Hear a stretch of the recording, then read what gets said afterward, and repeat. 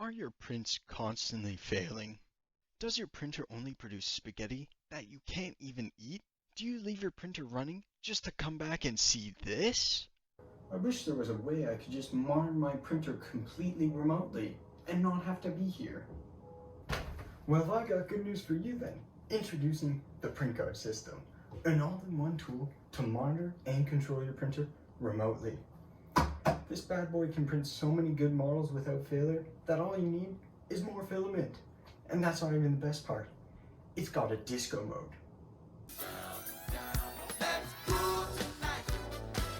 I love the Print Guard system. It's helped me reduce my stress levels so much because I don't have to worry about my printer. I think the Print Guard system is great. It's helped me improve my productivity by over 300%, just having it open in a tab. Hi, me again. I just wanted to say I've improved my productivity by 500%. PrintGuard is not liable for any damages that occur. Common side effects include uncontrollable urges to redesign everything, leads polymer fever. Prolonged exposure may zap your social life as you obsess over settings. Excess tinkering could induce techno jargon. Watch out for filament frenzy where everything seems printable. Possible printer envy and sensitivity to melting plastic. Other side effects may include inflated creativity with attempts to solve non-existent problems. Consult your engineer before using PrintGuard. Hi guys, we're group L2-G9 and our project is about the print guard system. My name is Ronak Singh Soi and I dealt with the fan system and the GUI development. Hi, my name is Samuel and I dealt with the Firebase as well as sending notifications through different applications such as Discord.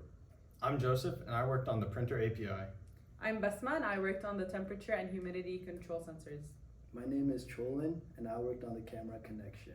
Now this is our design overview. The Print Guard system is a 3D printer monitoring and control system. It allows for control of the printer through the stop and pause functions. And we can also monitor sensors both inside an enclosure and outside an enclosure. This allows for control of the temperature inside the enclosure for optimal printing. And this Print Guard system will also monitor the printer itself to make sure that it notifies you of any errors that arise with its sensors. Have you ever wanted to 3D print something and just walk away? So we have come up with a solution for this, which is the print guard. The print guard enables us to visualize all the key components of the 3D printer and factor out any issues that might be detrimental to the print.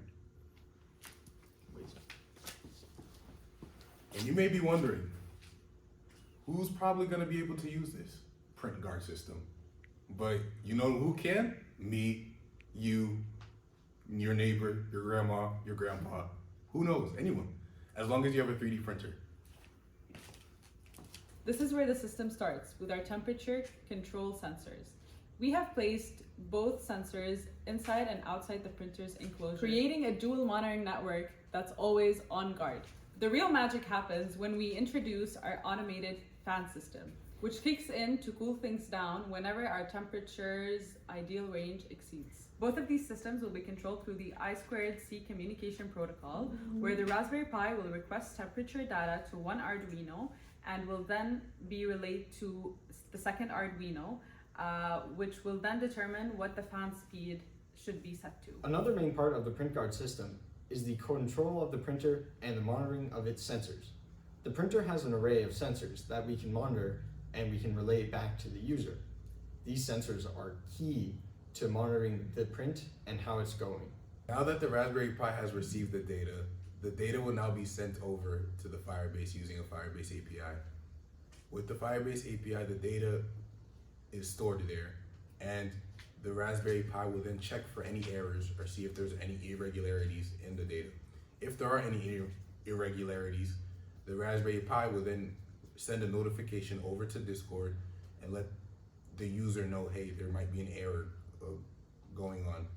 If there is an error, the data log or the error log essentially would be stored into that database, letting the Firebase know that, hey, there are errors as well, so it's just gonna log that data as well. So now we're moving on to the camera portion. For the camera section of this Raspberry Pi, there is a Raspberry Pi 1, which communicates with the Raspberry Pi 2, where it would notify Raspberry Pi 2 that a live stream is being requested. And this live stream is being requested by the user. Once the user correctly puts in a username and passcode, Raspberry Pi 2 will start a live stream of the 3D printer. Furthermore, Raspberry Pi 2 also takes images periodically every 30 to 40 seconds of the 3D printer. All of these individual components will come together on the GUI. The GUI will be hosted on the real web using ngrok. Upon opening the website, the first thing that the system asks us is to verify it by clicking a button. When we do so, we will enter the user interface. The user interface only has the graphical data from the sensors using chart.js. When we switch to admin mode using a password or a key, then we will have two pop-ups. One, the remote control of the printer, and second, the real-time video streaming service. To simulate an increase in temperature within the enclosure, we can use a heat gun and apply heat to the internal temperature sensor. As this reading increases, we can see that the fan will start to turn on. At first, if it's in between 31 and 34 degrees, it'll turn on to 50%, and above 35 degrees, it will be at 100%. We will also log the errors when the temperature is above 35 degrees and send a notification to the user through Discord. The live camera feed and sensors for the print guard system can be viewed from the GUI. Once started up, the GUI asks you to verify that the system is working. Once pressing verify, we can see all the sensor data for the printer, the internal sensors, and the external sensors. This is all you can see in user mode. By switching to admin mode and typing in the password, we can gain access to control the printer through pause and stopping, as well as viewing the live camera feed from the printer, which can be seen here. All the sensor data is stored remotely on Firebase, which can be viewed here, where we can see the fan spinning up as the temperature increased to those extreme levels shown earlier. We can also see that the errors have been logged right here with the same temperature values as before. The printer data is also logged through bed, image, and nozzle temp. Oh, hey Sam. Hey, what's up? I was actually just thinking, how do you think we can improve this print guard system? A few ways we can improve this print guard system is by implementing two different things, or we can incorporate them, as people like to say. We could implement AI as well as machine learning. These two are very essential because they would actually help they would help the print guard system detect a crash way faster than it could have before. Wow, that's a really dope idea. What I was thinking is maybe we could have one system where there's multiple printers. This way, the user's scope is increased and he has more variability with his use.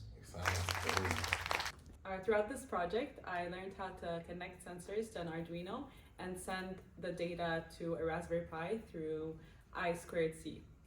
Throughout this project, I learned how to make API calls and develop my own library for use on a 3D printer. What I learned throughout this course was I was able to use the Raspberry Pi to send notifications to Discord. Over the course of 3010, I've learned a lot of things such as how to host websites using Raspberry Pi. Over the course of this project, I learned how to use HTML, CSS, and JavaScript. And with the help of the labs, I was able to learn Git and GitHub.